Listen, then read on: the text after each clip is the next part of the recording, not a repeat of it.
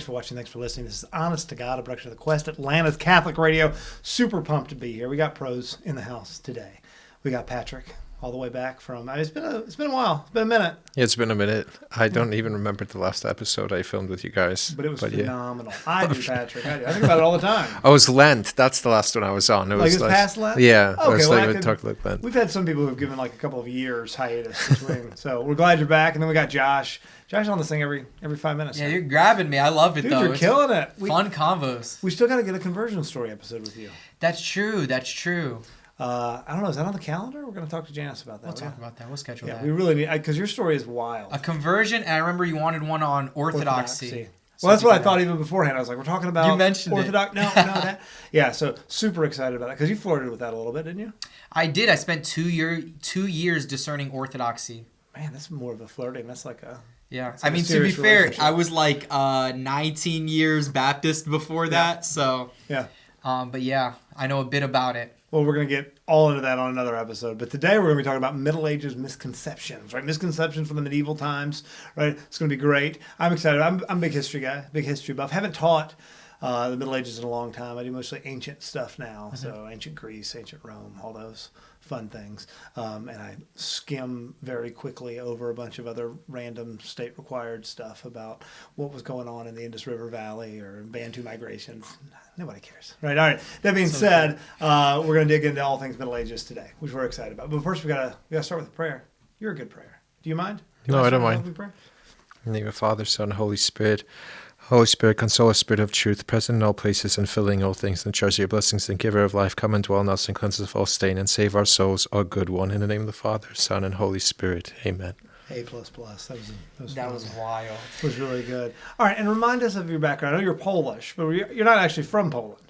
Well, both my parents were the first two that came here to the U.S., and then I was born like New York area, but I was born very culturally Polish. So even though I was born here, I was raised as if I was born over there, if that makes sense. No, that's fantastic. Yeah. How's Poland doing, just in general? I actually just got back from there last week. In general, so Poland is in a tricky spot. So the older generations are still holding on to the faith, but it has one of the highest rates of atheism in the younger people coming up. So in the next maybe like 10 or 15 years, maybe we'll see how it goes. You know, miracles always happen, but... Yeah, but it drives me crazy, right? Because Poland, Hungary, there's a couple of those that are still sort of holding out.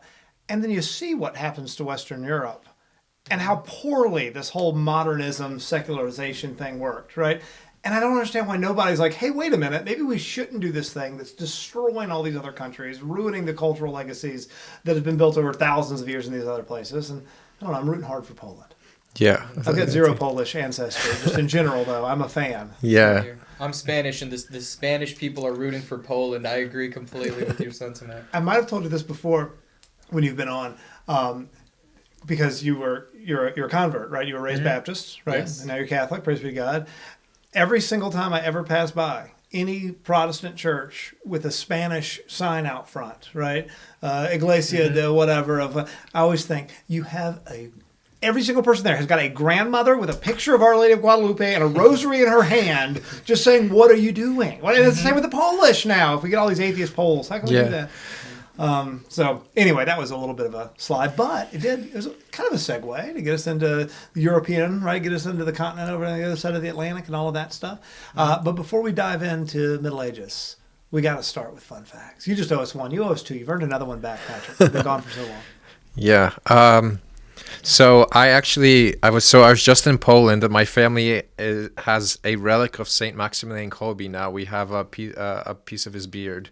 A hair of his beard. Amazing. So the actor that played Kolbe in the film I worked on, we went to visit him, and my dad was like, "So I heard you have a relic of Kolbe," and because in some sense, because we had a similar reversion story to our faiths, he gifted my dad because of our mine and his similar reversion. So my family is in possession of a Kolbe relic now, which is cool. And then the second fact, Not much of a fun fact, but I just and ask for prayer. I lost my dog like 2 weeks ago for like no reason. She was only 6 years old, so my it's more like goodness. I just asking for prayers for everybody. So I'll go. I'm on the record on this, right? One of the reasons why it's always unequivocally acceptable for a man to cry is a dog, like your dog dying. I've had one, really two dogs. They were together. One of them was much more my dog, and the other was much more my wife's dog, who passed away like as an adult. And oh my goodness, I am. Last time I ugly cried was in a gas station, like the day that my dog was being put down. Yeah. Dogs get me, man. Absolutely. Yeah, it was like that dog was like my shadow. She was Right. I didn't even need a leash on her. What was her name? Misha. We'll pray for Misha. Yeah, it was man. it's a corgi. So I have a corgi right now. yeah, I know. We talked Yeah. about possibly breeding, and Yeah. it's going to be Yes. with her. And Tater yeah. is mine. Yeah. Okay. No, absolutely, brother. I'm really sorry to hear Yeah. that. And I feel like people are dismissive about it sometimes, right? Oh, your dog died. Boo. I'm like, dude, have you ever had a dog? Like, have you really had a dog? Like, where was your dog? Yeah, I mean, it's a creation of God regardless, like, right? St. Francis of Assisi. I know people try to dismiss it, like, theologically, like, oh, it's just a dog. But at the same time, I mean, we're man, and we try to elevate Right. things, right? Even animals, if we can, so. We did that Thanksgiving episode not too long ago, and one of the questions that we were supposed to ask was, what is one non-human thing that you were thankful for? And I said, my dog, Jeff. Me and Jeff hang out all day, every day, rides beside me in the truck everywhere I go. He's the man. All right, Josh, what about you? You just owe us one fun fact. One fun fact. I'm going to try to make this story a little brief. So this past week, and I'm going to keep everything vague because I don't want the person to kind of be, dox is the wrong word, but I don't want to put them on. I was going to visit someone that I know in Texas. We were going to see this concert together, Okay. right? And so I get on the plane. I'm texting him. I'm like, hey, so when are we going to meet up? He goes, dude, 2 days ago, I'm in the hospital right now. I had like a big health scare. And I go to find out this guy got like shocked on the table and stuff. And so I had planned to just hang out. But it's amazing how God ordains things to happen because I'm a medic. So I work a little bit in medicine. Not super advanced, but I know a bit. And so while I was there, I was just able to kind of keep him comfort for the period of time. And we didn't plan for that at all. Mm-hmm. But his family just texted me today, so it's on my mind because they were like, hey, thank you for being there. But we talked about it before we left. He's not Catholic. I keep bothering him, like, listen. Great. And he lives by a monastery. Awesome. I'm like, listen, you need to go now at this point. You were at death's door for a second. You need to go right away. But he's recovered now. He's Or recovered. is on the He's road. he's been stable since the initial incident. But he's a bit of an anxious person, so he was a little more anxious about it afterwards. Okay. But God really does move in weird ways because we had scheduled this months before for him to have that scare right as I'm flying over there to see him. So you did just end up hanging out with your buddy in the hospital and Well, that's what we did. That's great. We spent 5 days. I was like sitting in the chair. I got some. It was in Texas. I got some Texas barbecue. Awesome. Best barbecue, by the way. For sure. Mm-hmm. Oh, that's cool. All right, well, I'm glad your buddy's doing well. Yeah, well. Yeah, he's doing well. It for was sure. a fun trip. I love In it. a weird way, it was a good trip. No, I get that. I've actually had some surprisingly good times while sitting with a buddy in the hospital. Like, we're stuck here. Let's do something cool. What's the coolest thing we can do while sitting in the hospital bed? Yeah, I love that. That's great. All right. Let's hit the ground running a little bit because I don't even know where to start. I hope that you guys have like pared down some stuff, right? But we're going to be talking about medieval misconceptions. That sounds better than me keep saying middle age. I'm going to cross that out. Medieval misconceptions, especially about the Catholic Church. And I want to jump in. I want to, I guess, preface this by saying the members of the church are not perfect. They never have been. 100%. Right? When we talk about I used to teach the Protestant Reformation, and I would always open up with, the whole church is a hospital for sinners, right? And it's not a museum of holy people, right? And there have been some awful bishops who've done awful things, been awful priests, been awful popes, right?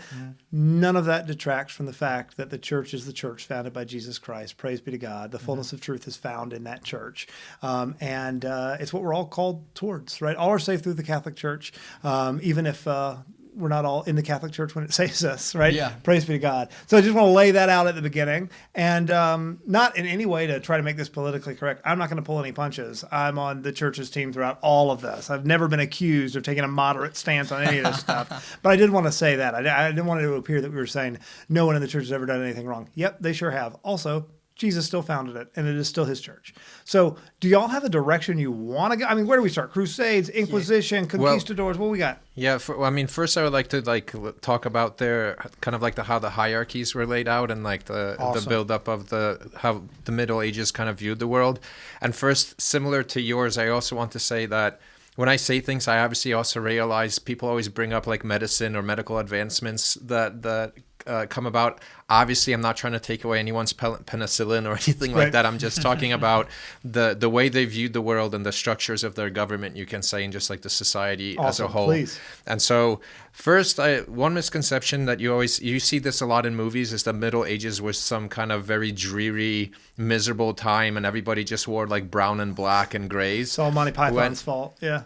But it was actually one of the most colorful times in history. Like even when you look at family banners and stuff like that, you see very bright reds, yellows, blues on everybody's banner, and everybody dressed in that way to some extent.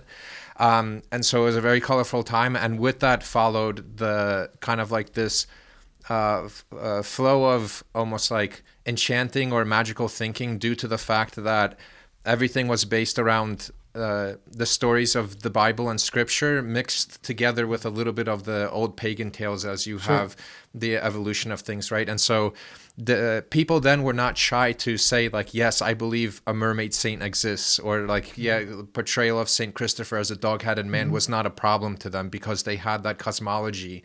And so they had this kind of beautiful stance where they just wanted to beautify and enchant the whole world. And I would argue that when you look at today's architecture, the way we're the ones that are gray and boring and everything's all blocky looking and utilitarian, versus they're very colorful and just like very enchanting time, for lack of a better word. And that's the exception, right? Where we're living in right now, this is the exception to the rule. Throughout all of human history, we've had this much more, like you said, enchanted, right, view of the world around us that was more closely correct. I'm giving a talk in 2 days in Kennesaw about re-enchantment, right? Sort of the Catholic idea of re-enchanting and taking this world that has been made bland and boring and empty in how we've conceived it, right, by modernism, and reminding ourselves that there's the supernatural is at play all around us all the time. There's a war being fought, angels, demons, all of this stuff. And that's the norm. This weird, I don't know, that we've been living in since the sort of post-Enlightenment Western world, that's actually the exception to the rule. That's weird. What we're doing now is weird. What they were doing is not weird. Yeah, and the other thing is, the concept of being like the cool guy, like the chill, mysterious guy in the background that like doesn't really show his emotions or something, is also a very modern concept. And back then it was actually you would be viewed as odd, or if something was wrong with you, if you weren't outwardly emotional. Right. And you can kind of tell that through the texts and their poetry back then in the day, right? So a woman, that's why you have this almost like these like dramatic sometimes plays and stuff of like a man killing another man because he wants they both want the same girl or something, because women wanted that kind of expression of passion to show like, I want to see that you love me enough that you will kill someone else for me in a way. And it may seem like crazy to us or whatever, but my wife were whispers that in my ear every morning before I go to work. Yeah. So they were very kind of, obviously there came, the church would teach obviously prudence and all that other stuff, but they were very an outward and emotional people. And if you weren't, earlier talking about like the loss of a dog, if you were not crying because your loved one left you or thing and weren't out there in the open, you were viewed as kind of odd. Sure. So that all plays into like the colorfulness and the exuberance of the time back then. Okay, and I want to get into specific historical events here in a minute, but also just as a sort of an open question, and I just thought about this and jotted it down while you were speaking. Do you think that we have that whole, I don't know, interpretation of the Middle Ages, even the word Dark Ages, is that all just post-Enlightenment Protestant propaganda? Is that what it is? I really wonder, because whenever you're looking at any period of history, this is something I started noticing. When you read primary text, you usually get a very different view. Primary text, for those who don't know, is documents written by people who were living at the time, usually either about their own life or about something they experienced, etc. Sure. When you read this kind of material, it does read very differently from when you're reading third, fourth, very separated from the times.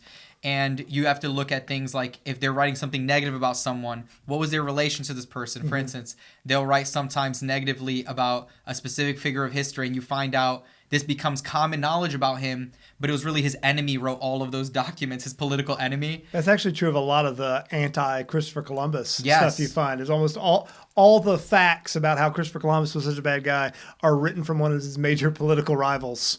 Yeah, no, that's interesting. And so you get a lot of that. You get a lot of this, like you said, anti-intellectualism. I have to assume comes from you're having Protestant writers, right? And you're having, and to be fair, there was different views, like you said, this mystical view of the universe, this adoring of the human body, seeing the human body as a holy thing, not wanting to cut into it and dissect into it because of that, because of ideals about the resurrection. Right. It was funny. I was dating this girl and she had this school project where she had to analyze the difference between these bodies that were essentially, I don't think exhumed is the right word, but were being like processed in Italy in these time periods, and then in like Protestant Europe. In Protestant Europe, they were like no color, very drab. In Italy, they dressed them up nicely. They were like painting almost makeup on them, Right. doing maybe even their nails. And she was like, I wonder what this means. And in my mind, I was just like, there's a sacredness for the body. There's a consideration of holiness. And you don't want to get rid of the medicinal aspect, but how do you still preserve that? Because you don't want to throw out the baby with the bathwater. Right. But yeah, the Dark Ages there were wonderful philosophers coming out of that time. Boethius is one that comes to mind. Just very intelligent people. Oh, so many of the powerhouses of Western thought, right, are coming out of the quote unquote Dark Ages. I used to sort of butt heads with some of the other members of my department when I was a high school teacher teaching history at a school in the metro area, and I refused to refer to the Enlightenment as the Enlightenment. I always referred to it as the Endarkenment. I was like, and then everything got gross and weird. Everything was going along pretty well, and then the Enlightenment ruined it. What's funny is there were a lot of anti-Enlightenment writers who, when you read them, they don't come across as anti-Enlightenment. They just come across as like, hey, there's a lot of important stuff that's going to go away if you keep down this path with no concern for it. Right. And so it's like important to think about history in those lenses, not just this, we're on this endless quest towards progress. We don't want to lose the baby with the bathwater. I think that's a good lens to look at the Middle Ages. And I think we have, by the way. I think we have thrown out the baby with the bathwater a lot of times.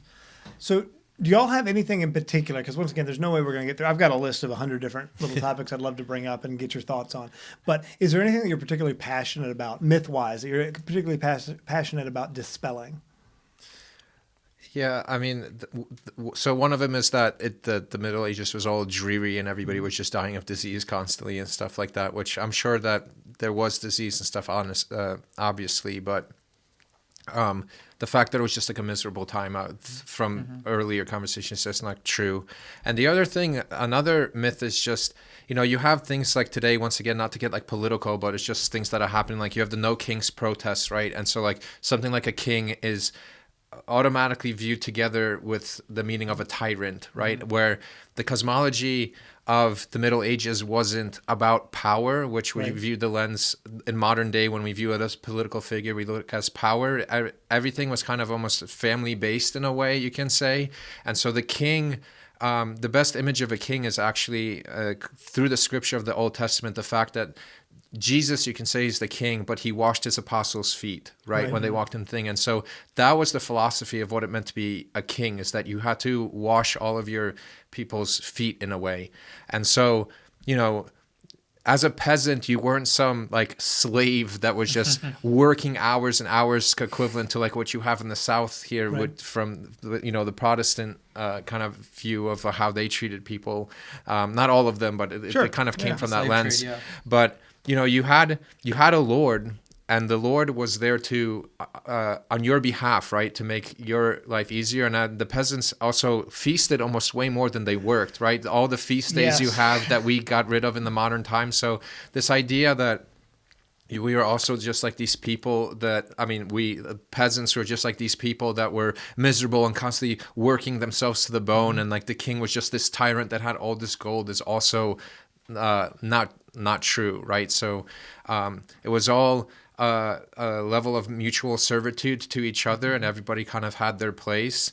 And so, once again, they're like mothers back then didn't have to beg for like maternity leave or something like that. Like it was understand that was a valuable, there was a place, a purpose to being a mother, and that all was valued, and with feasting and all this other stuff. Well, that going mentioned. back to what I was saying earlier, it seems to me, and you can correct me if I'm wrong, right? But that we focus so much on the Middle Ages, or what you hear pejoratively called the Dark Ages or whatever, right? Not because the practices were unique, right? They weren't unique to that time, but because it was the last time where the Western world sort of embraced these ideas, be it feudalism, be it monarchy, be it whatever it is, right? Before we get the end of the quote unquote high Middle Ages and the Enlightenment period is ushered in, and then that all gets done away with. When I look at the Middle Ages, when I look at medieval Europe, what I look at is the state that man has existed in since about the discovery of agriculture worldwide, that then ends. And so we look back at that and say, that was bad. What we're doing now is so great, not realizing that what we're doing now is a really big experiment we've been doing for a few hundred years that doesn't seem to be working great. I mean, don't get me wrong. I like penicillin and electricity, right? Those are great, right? Yeah. Industrial Revolution made it more convenient for me to do lots of things. That being said, we're currently living in the time that is strange and out of whack with reality. And one of the, if I may, Yeah, one of the biggest evidences of that is that modern society can't reproduce itself. Like birth rates are ridiculously down in modern society. We have the medicine, we have the food, we have all of this. The richest countries in the world, though, are all dying of not having enough births. Right. And so you have to wonder, like, is this the kind of society that can perpetuate? Like you said, medieval kings, there was a certain... And, of course, when we focus on history, especially secularly, if you watch a reality show, the interest is in the drama. Right. So if you get people acting crazy on a reality show, right, it's very interesting because you're like, this is dramatic, this is crazy. No one wants to focus on the periods, the long stretches of medieval history where it was just kind of working. Right. And people, for the most part, got excellent caloric intake. They were relatively healthy. Medicine was advancing. Philosophy was preserved in the medieval university system and in the monasteries. And they were pretty moral, virtuous human beings. And they were, because they were, majority. Yeah, they were steeped in the Bible and in scriptural tradition. They viewed the world, as you said, through that lens. Like, they didn't live in... We live in a world where a rainbow is a prism of colors that happens when, like, right. light... When this satellite of light flying through an endless space of nothingness passes through a raindrop. They lived in a world where a rainbow was a promise from God that it wouldn't flood. Yeah, it's this aspect where we almost view reality through the lens of like forensics, as if forensics are more important than the meaning of the thing, right? So like I always say, like, if you want to, it was based on the human experience, and I don't mean that in an arbitrary way where you hear it in the modern day of like, oh, it's my truth, my experiences or whatever. But if you want to understand scriptures or the Gospels, plant, for example, an apple tree. Or like just live life how it's meant to be, like have a garden or just like interact with people, and you will see what the scriptures means. I feel sometimes we're reading scriptures and it comes off so mysterious to us because we disconnected ourselves so much from the natural world that we just don't see the meanings of that. So even if you look at all Christ's parables and stuff, he's comparing things to seed, right, to the mustard seed or to flocks of animals or different things like that. And so back then, like even, you know, this is like, I don't want to get into a different tangent here, but, you know, they say that, for example, like peasants didn't understand scriptures or whatever because like the hierarchy of the church was keeping them from reading the scriptures and stuff like that. Or it was in Latin. I've heard that before. But they actually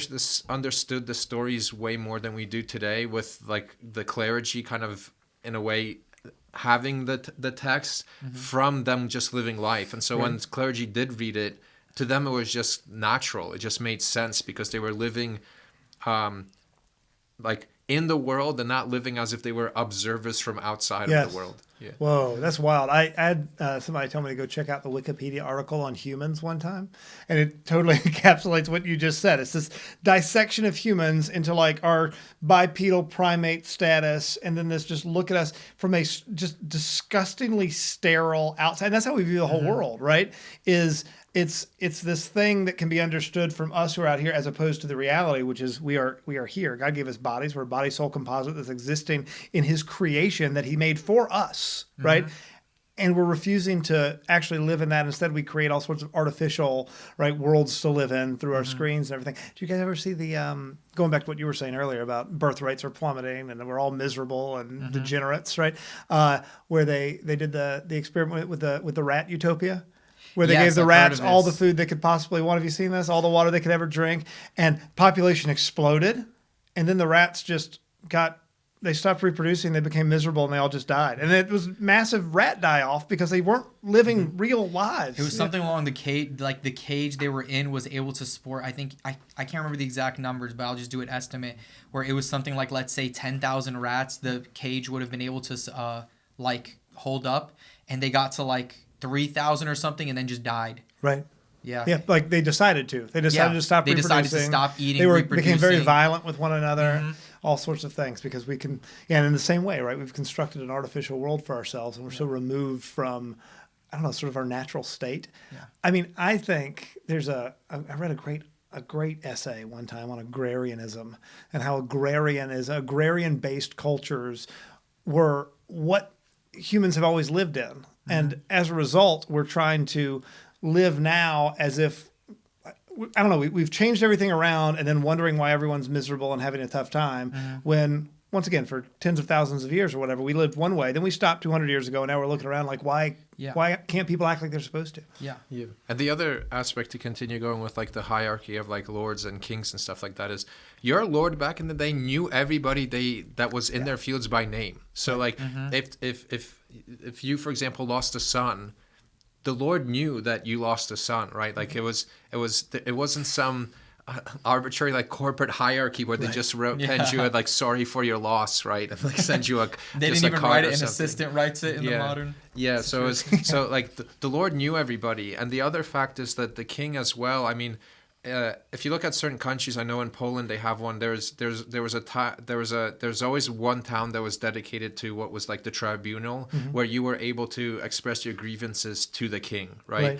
And so the king made himself available to everybody, you can say in their country as a whole, to be able to express their grievances as well to the king, right? So it's not like the king was hoarding all this gold and you were just like working to the bone. He wasn't a cartoon villain like we picture him. Yeah. And so the fact that they even built a town that was dedicated to a tribunal for the king to go there every so often, I don't know the frequency of it, to listen to his lower subjects right, is just showcases that it wasn't just like a whip to a slave or something like that. There was an actual care and wanting to lift everybody up as much as possible. So I love this. I want to dig a lot deeper here in our next segment, but we do have to take a really quick break.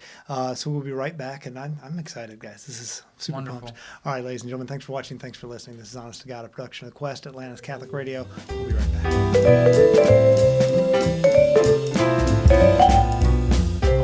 Ladies and gentlemen, we are back. Thanks for watching. Thanks for listening. This is Honest to God, a production of the Quest, Atlanta's Catholic Radio. We're going to keep rocking and rolling today. We got Patrick and Josh in studio. And I want to just hit the ground running. I literally cut Patrick off so that we could all get out of here at a decent hour because between the segments, because he was going off in the best way possible on monarchism, right? I feel like this is something that's worth digging into, right? Even the concept of monarchy, not just as 21st century humans, right? But as Americans in particular, where we have this sort of distaste for the tyranny of monarchy. Our last monarch, the one we overthrew, by the way, was a heretic from England. So that's neat. Who still holds the title, Defender of the Faith, given to Henry VIII by the Pope before he rejected the Pope. Just some fun trivia. But could you pick up on that, just sort of monarchy conceptually? Yeah, I mean, it all stems once again from the idea of Scripture, right? So they had a very their cosmology in general was viewed through a hierarchy. So even looking at the relationship between each other, or like monsters versus like monsters lived within hierarchy. Like an angel in a way was the same thing as a werewolf, but just like served different areas in the hierarchy in some extent. So that was built up from all those kind of ideas. And so the other thing that people don't like to think about, because we've also flattened even our genders, right? Sure. Was that each person had a different role within the monarchy as well. So we were talking a little bit off air about, the role of a prince versus a princess versus a king versus a queen, and we have this idea that there was like a prince and princess and then the king and queen, but it was actually the prince was usually with the queen. It was the queen usually kind of ruling from the back to making sure that her son became the ruler that he should become Right. when he became king.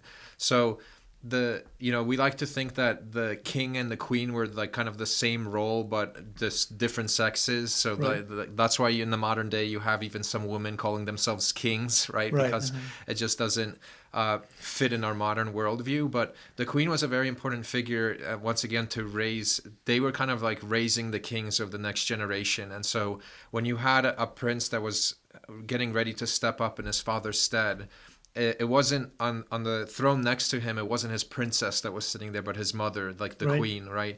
And it can be even the queen of the in-law, right? It depended on the nation and how the whole marriage worked out and what the agreements were and things like that. But those were some things. I don't know if there's anything else you also want to add to that, or if... Yeah, no, 100%. I would add that, like you said, the queen had a very important role. They had this understanding, like you said, of hierarchy, where it would have been a default in the medieval mind for like God leads the priest helps lead like the religious household, the father leads the household as the man of the house, and the mother educates the children and helps form these children so that they can go on to lead the next society. In a monarchy, it was a similar situation too, where the queen had a very important role. She would have been ridiculously politically savvy. She's in the courts. Right. She sees what these people are doing. And often women are good at like picking out people's characteristic 100%, traits, right. even better than men often. But it would have been understood, like, is it proper in a sense of order and structure for how we psychologize the world to have a woman as the front face? And they would have understood this isn't, even if it could be efficient and it could work well, it's not necessarily proper. Right. So you would have the prince there, and like you said, the queen would educate him, would help tell him all the different houses' interest, all the different lords, what they want, and what she knows. And the prince would often rule with that knowledge. And I think that's really important and relevant. Also, the limited power of kings. Because sometimes you hear about, I can remember the Sun King with France. You'll hear about like these complete absolute monarchs and the power they had. And that's all you hear and think about when you hear monarchy. Right. But realistically, if you were a medieval king, you have an army, but you're also in charge of a couple of lords. If you put out a crazy tax policy or something wild, your lords also have their own armies. Right. Your power can be checked. Yeah. So if you are, so this idea of like kings have this unchecked power was just not true. If you were creating a system where the peasants couldn't thrive and where the lords couldn't do that, the lords would just not enforce whatever law you're putting in. Right. And it's like, if you're the king, no cell phones, none of this, no modern surveillance Palantir state. You could just be okay with the idea of like, hey, I don't know what's going on over there. Or you just end up not finding out, but they end up living pretty well under their lord. But they would still have this reverence for the king and an understanding of authority. Like you said, Americans, we've lost all reverence for authority. Right. In a very bad way almost. And then the jester is an important thing too. Like the whole concept of the court jester was, it was almost in a way like a canary in a coal mine, where if the jester was the only person allowed to kind of like outwardly mock the king, but that also was a very specific purpose to that. It's a litmus test, right? It was kind of like the fool. Comedians in some sense have to speak the truth in order for to showcase the obscurity of what we're experiencing as people. And so, if the king was doing something that was maybe off, the jester, or the joker would kind of point to that, and you knew that if the king ever did kill the jester, that he was a tyrant in that case, right? And then you in a way knew that be wary of this guy because he just killed the fool, right? And so once again, there's various people and roles that just kind of checked each other in a way. So if you knew the king was a tyrant, it's not like you were still forced to pay his taxes or whatever it may have been. Like you were saying, like the Lord could, would support his people and be like, this king, king is off or something like in that way too. What about the role of the church, in particular church power, right? Because we look back at the history of the church, and I even think about this from when I was going to public school in South Georgia, and every time you heard about the Catholic Church, it was always, and then there were these big bad religious weirdos over there who were butting into all of the political business and everything else that was going on. I was talking to a group of kids the other day, and I was, I forget how, these are the kind of conversations I get into with teenagers, but we were talking about the papal states. And I was like, that was great. Political independence of the papacy is really important. They need to be politically independent, right? Otherwise, you get Eastern Orthodoxy, you get Caesaropapism, you get all of this. But in that sort of well-ordered hierarchy that we, and by we I mean the Western world, lived in accordance with for, I don't know, the past 4,000 years or so, right? What was the church's role, especially sort of at the height of its, at least temporal, its secular power in the Middle Ages? I mean, I think there's several examples of when, for example, the church and the state would kind of clash. So it wasn't, the church kind of provided, you can say, a pathway for these monarchs. Like this is the path of goodness. Not to say that there wasn't, like in the beginning you were saying, obviously there were instances of corruption, or like when the king and the bishops or something would collaborate together to maybe pursue greed or something like that. But in general, they were the top of the hierarchy in a sense, not necessarily that they were like above the king in power or something, but all the meaning that flowed from the church went down into everything else, if that makes sense. So they helped people kind of grow in virtue, grow in intellect, and anything they could to be able to understand God and our relationship with him as much as possible. And so it's because of the church that we were able to kind of like grow intellectually, grow spiritually, pursue virtue, and all these other things. And obviously you can't forget the sacraments. The sacraments are also very important and served as a key functional role to all people of that time. But and then obviously the structuring a prayer life, the whole structure in a way was built around the church in general. So the church was like the pillar, and everything else was built, everything that we're talking about it, monarchy, the peasants, the way of life, everything was kind of structured around the church. So if you lost, this is why when you go to Europe, you see this more in Europe than you do here in the US, but when you have these towns, the church was always in the center. Right. And that was a very specific purpose, because even just like it's a center, you can say, in our hearts and our lives, it was the center. It was replicated through the way people were living in the world, but with it being the center of the town. And so the merchant and trade and bakers and everything else was all around the church, and not some arbitrary mall or something. Right. Yeah. Well, and I think that it bears repeating, right? Not most, but all of the schools, hospitals, universities, etc., were established and run by the Catholic Church. I mean, you look at all the most ancient, universities, the oldest universities in the world. You look at Oxford and Bologna and Paris and some of these. They were all built by the Catholic Church. You look at all the scientific advancements of that time. It was all coming from the Catholic Church. Now, that is not to say, once again, that we did not have corrupt. We had some corrupt bishops. We had some corrupt popes and corrupt priests and all of that. I was teaching a while back, I think I mentioned this earlier, about the Reformation, the Protestant Reformation. And you look at Tetzel, right, selling indulgences. That's bad. You should not sell indulgences. Okay, great. Yeah. The reaction to that is not breaking away and forming your own church, totally separated from it. But the church is doing all of this stuff. But I want to focus on something that's kind of hot buttony. And you said that you might have some information on this. The Inquisition, right? When we talk about going back to Monty Python. I don't know why so many of my, the pictures I have in my brain of Middle Ages go back to Monty Python. But when I think of the Inquisition, I think of no one expects the Spanish Inquisition and these guys torturing people for fun and being just awful, despicable human beings. And I don't think that's just me. I think that is sort of the common, cultural understanding of the Inquisition. Yeah. Can you speak to that? Yeah, so the Inquisition was a unique period because you got to think about what's the world you live in. You live in Christendom, right? And this is a world where, like you said, people lived in the mysterious. When you said you were a Christian, it didn't mean or if you said you were Catholic, it didn't mean your grandparents were Italian. Right. It meant that you observed the liturgical calendar on a day-to-day. This was important to how you viewed the world, how you viewed a political structure, right? Almost in a way, not the same way because it's not the same theology, but almost in the way that You might say some like Islamists view it in the Middle East where they're like, hey, this is my way of life. This is my culture, heritage, etc. This is just the way we do things here. The medieval church was like that too. Of course, Christendom gives more rights to people and stuff like that, so a little different. But with the Inquisition, the big interest of the Inquisition, it was, from my understanding, often done by the secular powers. So it was the secular powers that if you were worried that you had people unloyal to the church, and if your state is connected to the church, that would mean they're unloyal to the state. They might sell secrets to a foreign country. They might be involved in a political scandal. They might be trying to start up a rebellion. Right. You had almost a duty to see these people who are publicly teaching things that could be controversial and go and ask the church to send someone to talk to them.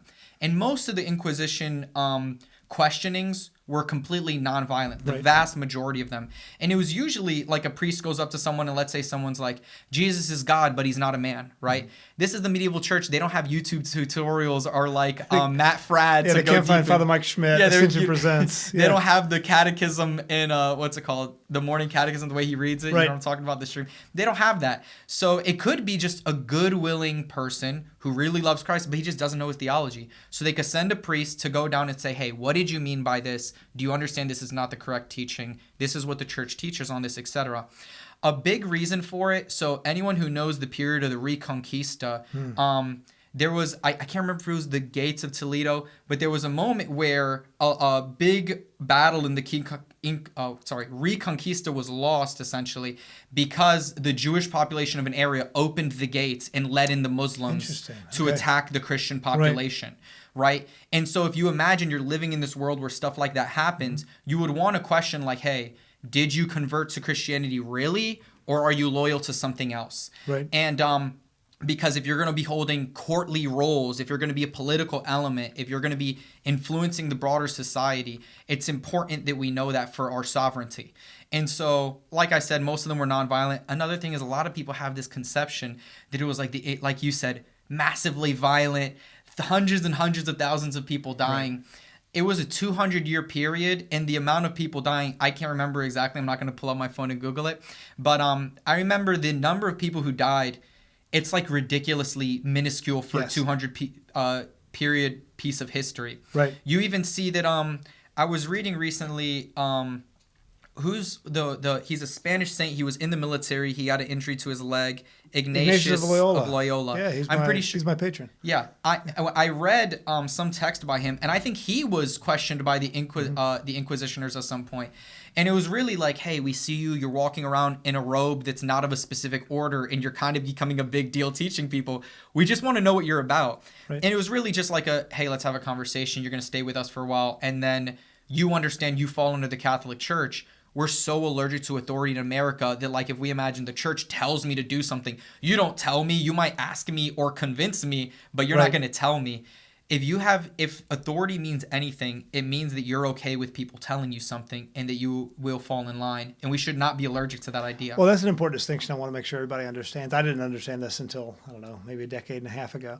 But the distinction between material and formal heresy, I've been a material heretic many, many times. Yeah. Right? I've never, since I really took on my faith, right, been a formal heretic. And the distinction is, maybe I'm sitting here and I'm talking to Patrick and I'm saying, well, yeah, Jesus Christ, he's 100% human, 100% divine, but he only has a divine will, right? That's wrong. That's a heresy. Christ has a human will and a divine will, right?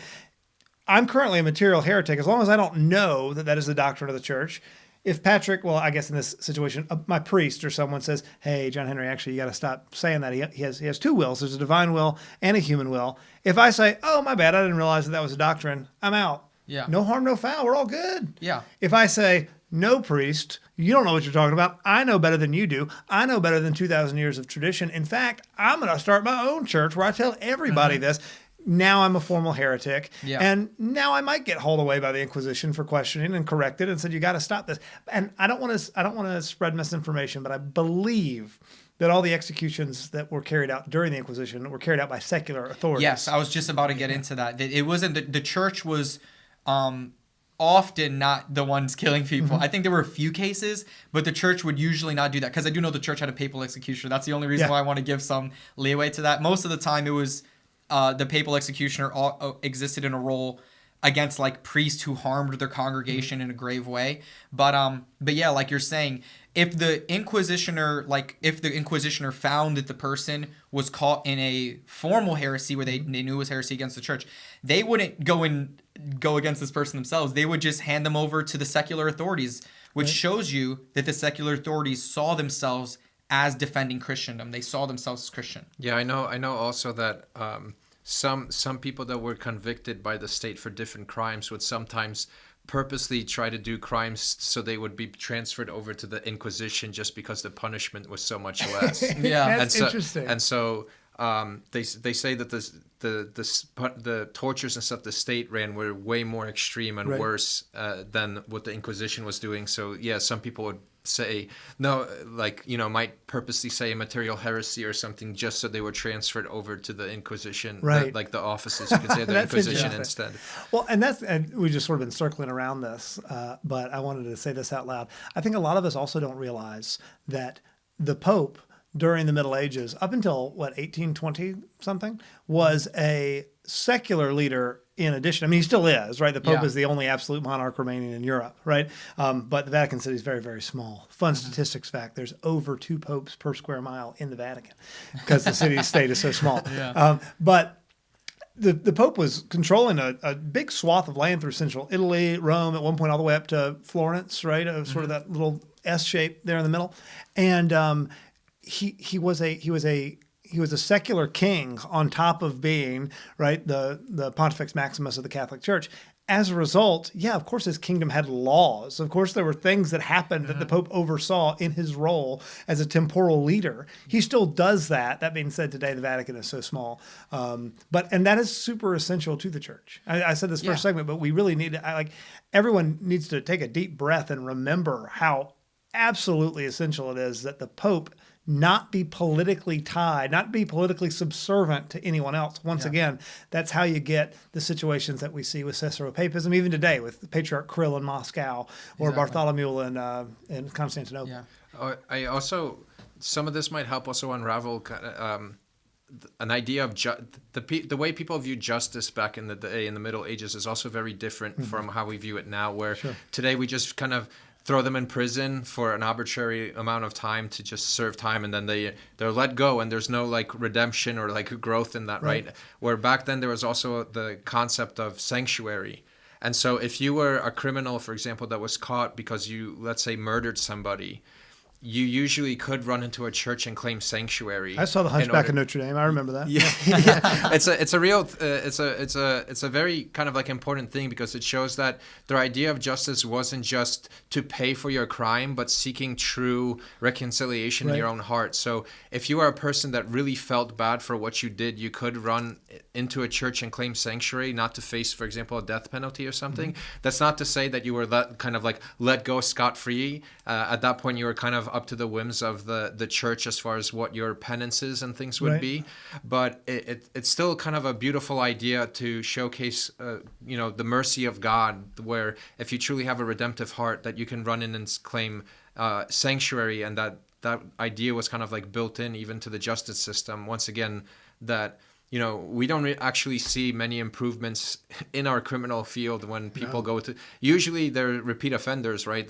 Usually people in prison have been there X amount of times already, whereas back then there was a true sense of how can we help you, or seeking that reconciliation. Well, if you dig into, I'm a big primary source guy, like you were saying on the last segment, and if you dig into some of these historical sources about anything from penal codes to church statutes on this, that, and the other, I think we once again have this cartoon villain idea because we've been brainwashed by generations of, frankly, anti-Catholic propaganda about the church in the Middle Ages. But if you really get to the sources and you read it, you see some stuff that we would say, hey, that's a little too much from a justice standpoint. But you see so much mercy and so much love and so much care for the person and the soul. And if you take a second and compare it to what was happening in the secular world, oh my gosh. I mean, the church is much more what we would say merciful, lenient. They're much more concerned with the salvation of individuals. That remains. And once again, you still have some bad guys occasionally. But the primary focus that runs throughout all of it is this concern for the soul of people. Even when they're executing people, even when it's like death penalty time, it is still all revolving around, hey, we got to make sure you repent because we want you to go to heaven. You're going to go to heaven with us, right? Come on. And that's beautiful. That's something that we've totally lost. Yeah, 100%, 100%. We have about 5 more minutes left, and I wanted to get into sort of here in the end. You mentioned off air about greater appreciation, sort of that the greater appreciation that existed societally, right, during the Middle Ages. I would love to just hear your thoughts. I think that's a fun thing to close out. If we have time, we'll talk a little bit about life expectancy because that's fun. But yeah, I mean, in general, I mean, obviously, a very community-based kind of society, and so when it was time for the harvest and it was time to feast, it was like truly a time for feasting and harvesting. Whereas like today you might drive down and you might drive past like, oh, it's a pumpkin festival or something because it's fall time or whatever, and you might take your kids and just like take a hayride or whatever and leave and go home. But like back then there was like such a pride in the work, and the feast day, it wasn't like even when you're looking at weddings and stuff like that, it wasn't like you rented a place and you feasted for maybe you have this from 2 p.m. to 11. It was like days long of feasting and celebrating with somebody, whether that be harvesting, the time to harvest the apples or the pumpkins, or slaughtering the cattle and enjoying the meats, carnivals, things like that. It was all just such a beautiful, very intentional and purposeful thing, opposed to just like, hey, this is just like a fair down the road. Like, let's take a visit. I think so much about the law of subsidiarity and community, right? And what technology has taken from us in a lot of ways. It's given us plenty, but one thing is really taken from us. Everything from the stuff we always talk about, social media, internet, whatever, to stuff like the car, right? It's taken a lot of that sense of community away from us, because now, I mean, I'm guilty of this, right? My community is based a bunch of different people in a whole bunch of different directions and getting in a car and driving someplace because I can, right? As opposed to, hey, Patrick, you live a mile down the road. Your problems are my problems and my problems are your problems. Also, my dad and granddad knew your dad and granddad, and we're in this together, right? We share the same faith. Our kids are going to know each other. We're a part of this community. I might not like you, but I don't have the option of ignoring you and pretending like you don't exist and blocking you on my Facebook or whatever, right? Yeah, a lot of that is also, even in the context of technology, like technology fit within the purpose of their cosmology, right? And so even if you were like in the modern, I feel like if we had a medieval mindset, if we looked at around the car, we would still build our towns around, for example, the church instead of around the car. Right. What we tend to do as modern people is, okay, we have this new technology, so how do we implement things to better work this technology, right? And so then you have the destruction of what you were saying, kind of community, because you're building everything around the car. So you have a highway system, right? Whereas before it would be, okay, we have this car, but this church is still the center of town, and we're going to build the roads in a way where it still fits into that cosmology or that hierarchy that we've built. So even the way that they thought about technology was how to better serve man, opposed to how do we better serve this technology. Right. No, that's super interesting. Yeah, the whole and once again, I don't want to sound like a Luddite, but it is so interesting to me how I feel like we usually look at it from the wrong direction. I feel like we usually look at it from we got this technology, look how it screwed stuff up. But what I think really happened is, hey, we really screwed stuff up with our sense of identity and who we are and what we were made for, right? And then this technology got introduced, and that just furthered it along. Like you said, right? If the internet, there's nothing intrinsically wrong with it. There are so innumerable evils, though, that come from the internet in a society that is not based on sort of a Christian worldview, that doesn't understand who we are, right? We don't have identities rooted primarily in the fact that we're princes and princesses of heaven, right? And just without virtue and without all of this, which, once again, not to always bring everything back to Martin Luther, but is his fault. All right, we got any closing thoughts? We got about a minute left. You want to just yell really loud that people died at a normal age back then? Yeah, people died at a normal age. And I'll add one thing. C.S. Lewis writes about this, where the medieval man, especially the knight, he was an extreme, but he was also, in a religious sense, he was a good Christian man. But when he partied, he was an extreme person in partying. He was he was demure, also polite, and in warfare, he was a knight. He was ferocious and warrior. And we focus so much on the means. How can we be extreme in our spirituality and virtue? I would say that's a good thing to think about. I love that, man. Yeah, bring back the martial orders of knights. Yeah. Let's do that. I want knights taking vows of poverty, chastity, and obedience before we go and retake Anatolia. And then last thing, like also, all these misconceptions we're also mentioning is like, don't be afraid to try to introduce those things in a minor way in your own lives, right? So like, treat your church as if it's, even though it might be off on the side of the highway or some major road, treat it as if it is the center of town, or like really live liturgically like the medieval people did, and we should do a kind of whole implement that. series on living liturgically. I think we really need that. All right, guys, that's all the time we have for today. Thank y'all so much for being here. Ladies and gentlemen at home, thanks for watching. Thanks for listening. This is Honest to God, a production of The Quest, Atlanta's Catholic Radio. Signing out.